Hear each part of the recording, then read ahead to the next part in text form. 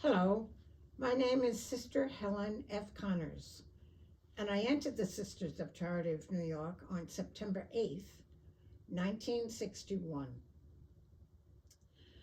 I have the pleasure of reading the third Pioneer Sister story featuring Sister Mary Veronica Goff, a steadfast soul with a spirited start.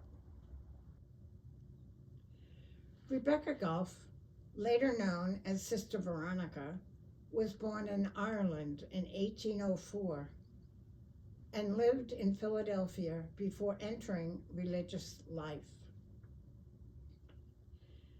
At just 17, she knew how she wanted to spend her life, but at council records show her path was anything but straightforward. The first mention of her appears in May of 1821 when the council noted that P. Golf may be received. A few months later, in September, Rebecca officially entered. However, her disposition was described as unsettled, and her petition to begin the novitiate was delayed. Only after she showed improvement was she admitted in December 1821 and given the name Sister Veronica. Her capacity for service was strong, but approval to take vows did not come easily. Her request in 1823 was deferred for further trial. That same year, she joined three sisters in opening the Baltimore Infirmary at the request of Dr. Granville Sharp Paxton, a visionary physician who trained medical students at the University of Maryland. There, under his guidance, she and others developed nursing and caring skills that would shape their lives.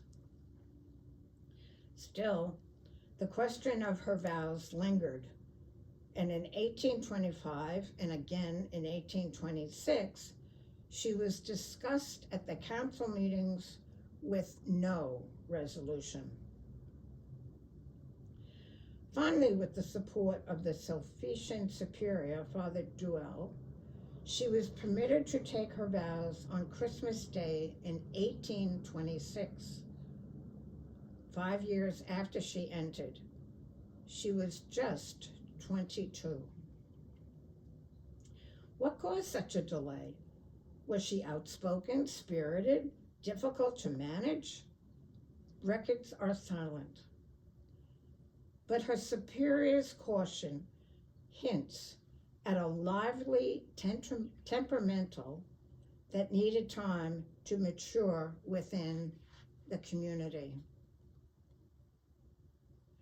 From there, her life was one of mission and movement. She served at Mount St. Mary's, returned to Baltimore, and was later sent to St. Louis, an experience that gave her first-hand insight into the growing French Catholic presence in the Midwest. She returned east, served at several schools and orphanages, and eventually landed in New York. There in the city, she would call home for the next 29 years. Sister Veronica brought with her a wealth of experience in education, healthcare, orphanage development, and community life. She bonded easily with the Irish immigrant population and became a central figure in the New York orphanage, which at that time was a source of much tension and transformation. In 1846, Sister Veronica was one of the 11 sisters from the orphanage who chose to remain in New York, separating from Emmitsburg, and casting her vote for Elizabeth Boyle to lead the newly formed independent congregation. She continued to serve faithfully at Prince Street and later at the New Boys' Home on 51st Street. The last official mention of her comes in 1862. Sister Veronica to come home to Mount St. Vincent. She was 58. 7 years later, in 1869, she died on the Feast of St. Joseph. After 48 years as a Sister of Charity. An old friend, Archbishop John Purcell of Cincinnati, was surprised to still see her alive during his visit to the Mount. "I thought you had been in heaven 20 years, he explained. No cause of death is recorded, no elaborate tribute. Just a simple note.